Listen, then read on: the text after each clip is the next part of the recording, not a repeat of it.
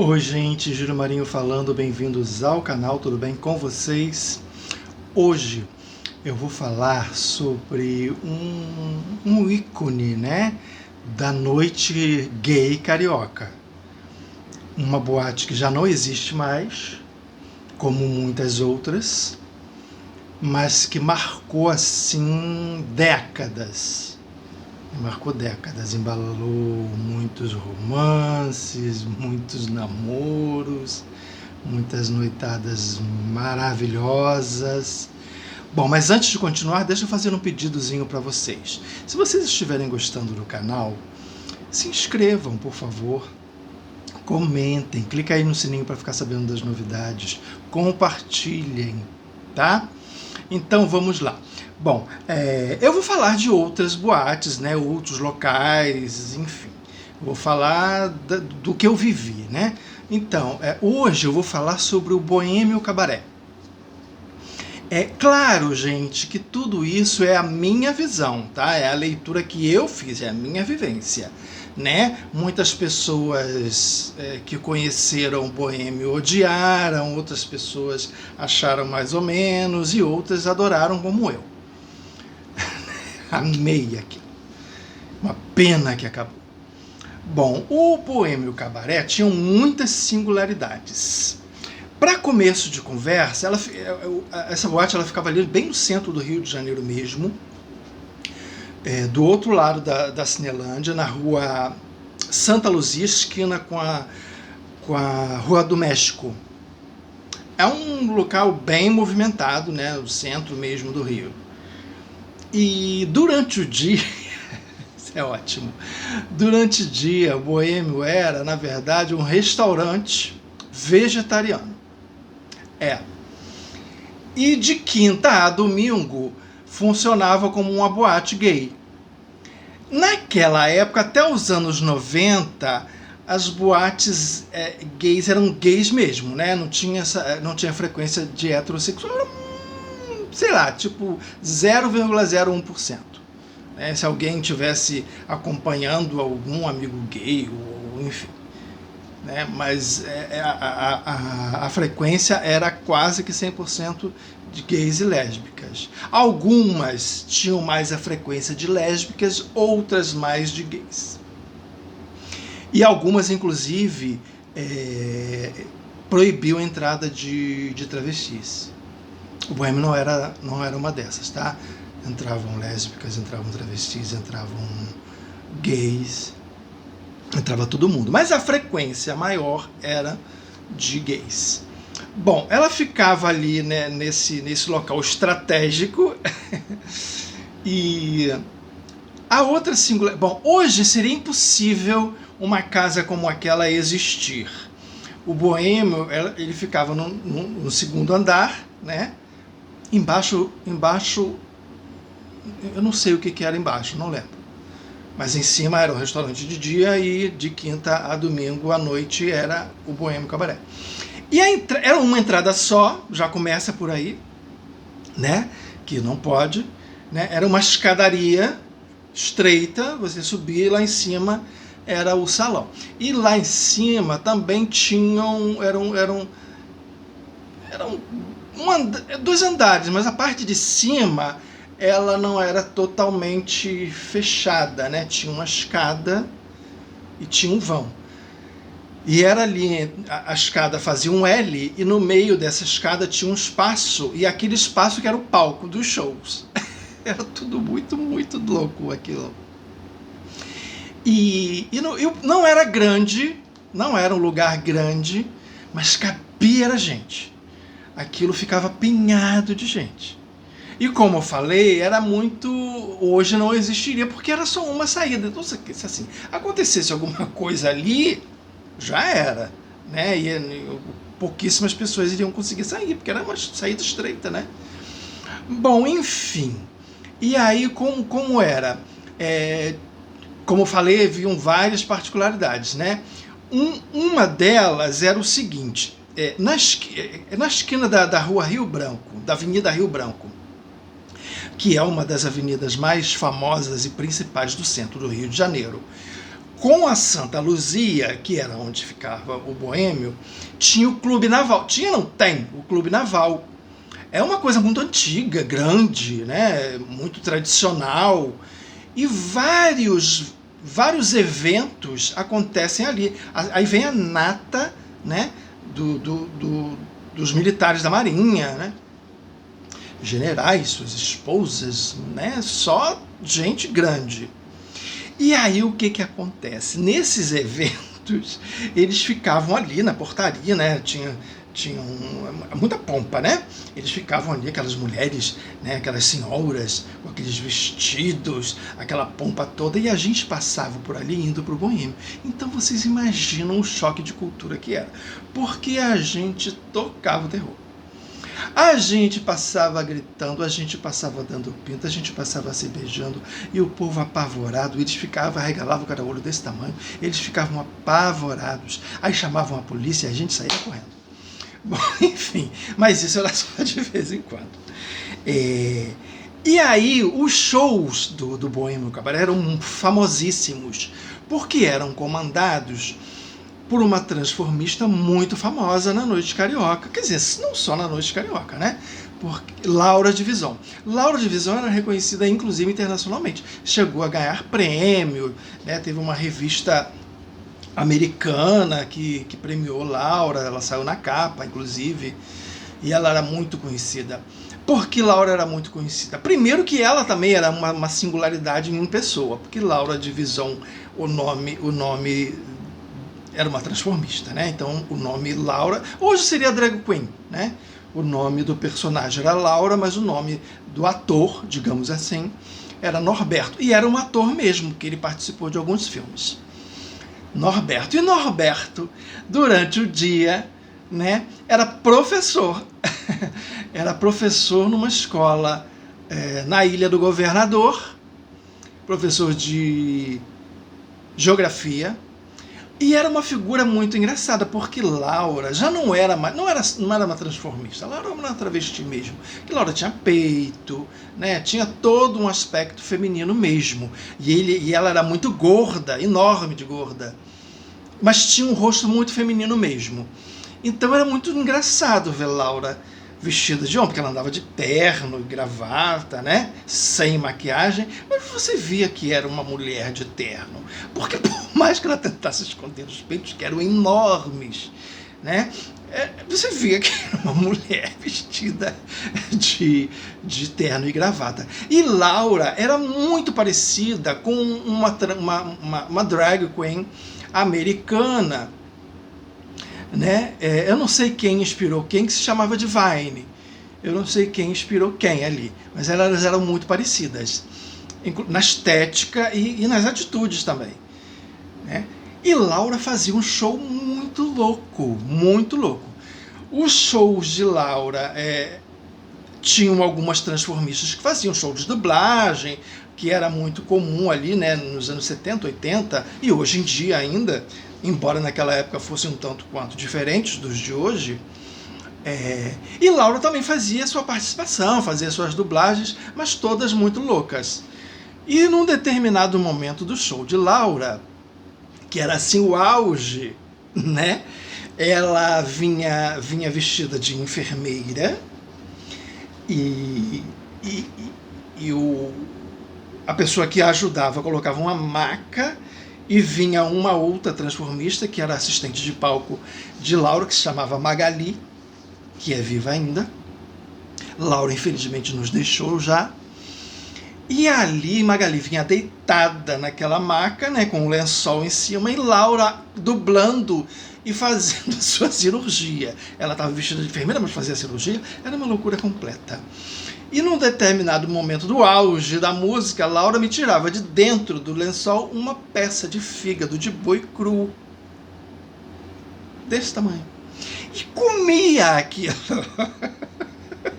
Ela comia, mas ela não fingia que comia, ela comia mesmo. E aí ela fingia que ia jogar aquele fígado no povo, era uma gritaria, era uma loucura, e a boca dela ficava cheia de sangue, era um troço assim, parecia filme de terror, mas a gente amava aquilo e via toda semana, mas adorava. E depois ela começou a inovar, trocar o fígado por um peixe cru, e ela comia o peixe também, era louca, louca, louca.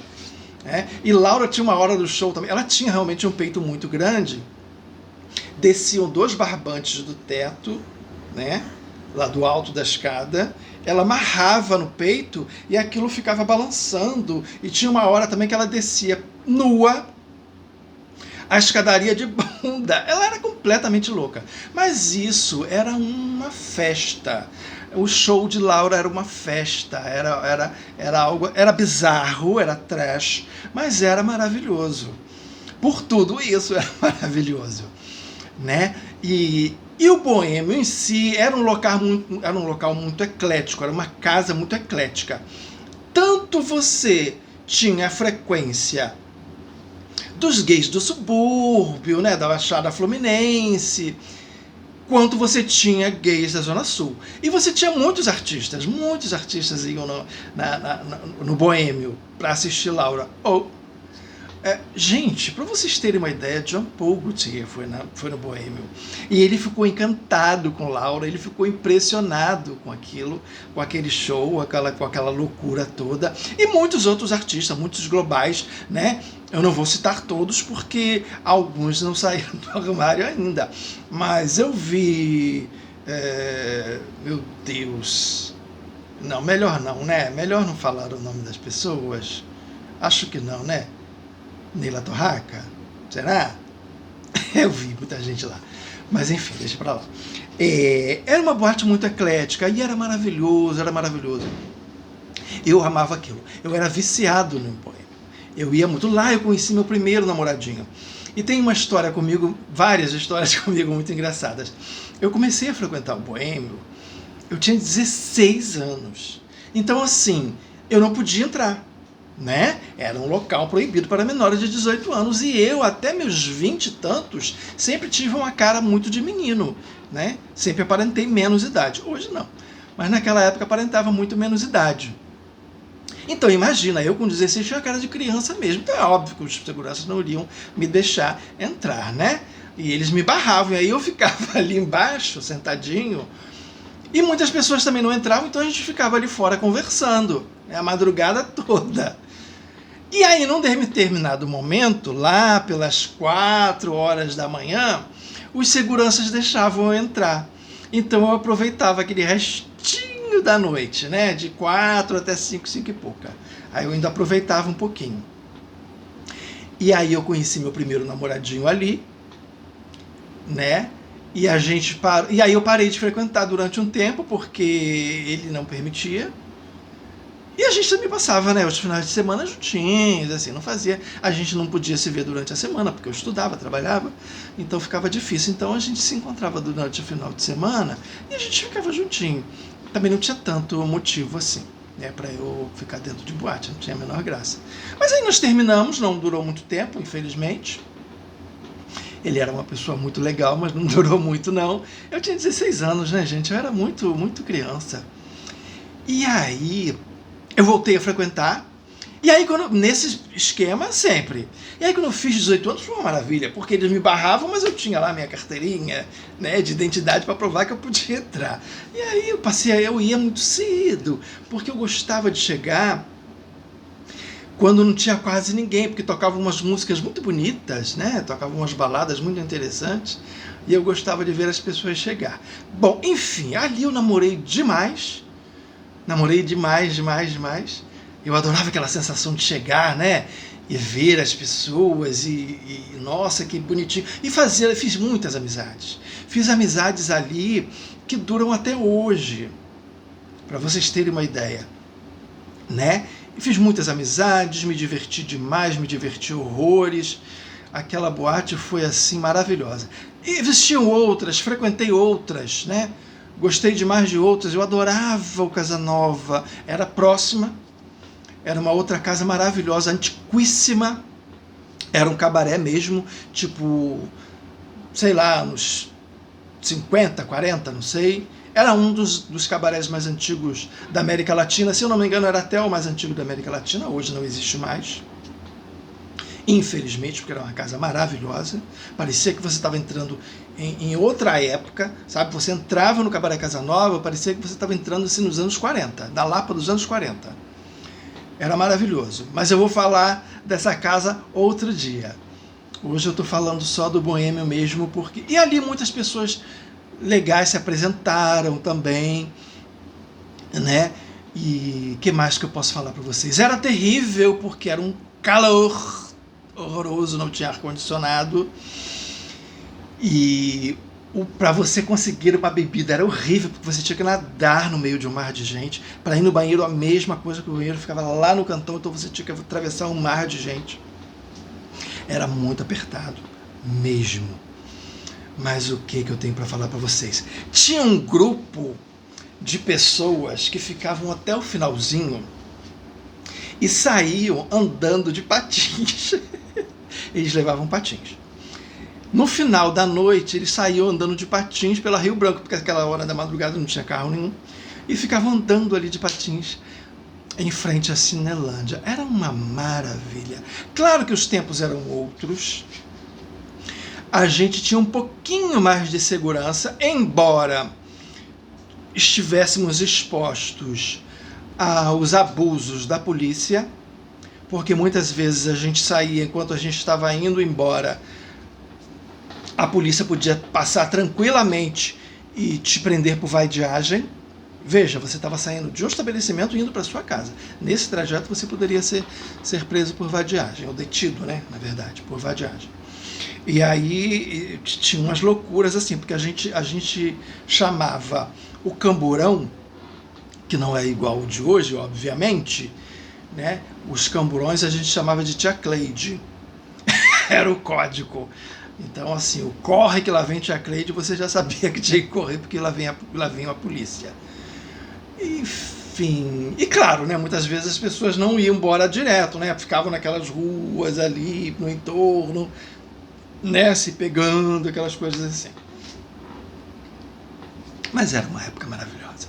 Tinha uma época, quando eu já trabalhava de madrugada, e eu frequentei o Boêmio durante muitos anos, que eu ia todos os dias que estava aberto. Então você tem ideia, eu saía 1h da manhã do trabalho, eu ia direto.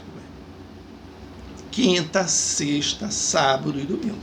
Cheguei a esse ponto. Era um vício, mas era muito bom porque lá você encontrava os seus amigos, né? Você conhecia gente nova, você paquerava, e era um lugar onde você podia ser você mesmo. Né? Ok, eram guetos, tudo bem, é verdade, eram guetos. Mas era uma coisa necessária naquela época, hoje talvez não seja. Né? Hoje você pode estar numa balada heterossexual e de repente está lá abraçadinho com o seu namorado, de mão dada, dar um beijinho, embora a gente saiba que em muitos locais as pessoas ainda apanham, ainda são postas para fora. Né? E ali você não tinha esse problema, você estava seguro com relação a isso. E você podia ser você mesmo, então era um lugar onde você se sentia livre.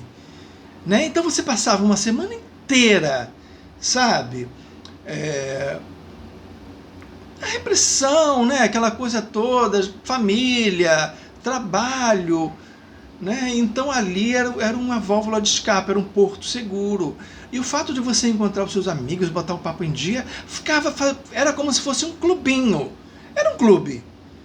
Era um clube com música, bebida, muita diversão, muita paquera, era assim. Então era muito bom por isso. Então é natural que as pessoas se frequentem bastante, porque fiquem meio que viciadas naquilo, porque, né, é uma válvula de escape, é um porto seguro mesmo, é um lugar onde você se sente confortável, né? Era aquele lugar que você entrava e se sentia aliviado. Sabe? Tirava aquele peso das costas. Né? Quem conheceu, conheceu. Quem não conheceu, infelizmente, não vai conhecer. Mas existem outros lugares muito bons também, né? Para se frequentar. Então, assim, é isso, gente. Espero que vocês tenham gostado. Eu farei outros vídeos falando de outros lugares também. Casa Nova, Gafieira Elite. Tô doido para fazer um da Gafieira Elite. E de outros lugares, tá? Que eram verdadeiros santuários gays no Rio de Janeiro. Tá bom? Aquele reforço. Comenta. Quem conheceu, principalmente, conta a sua história aí. Comenta, curta, compartilha, clica no sininho para ficar sabendo das novidades, se inscrevam no canal, porque aqui a gente faz vídeo todo dia, tá bom, gente? Muito obrigado e até logo.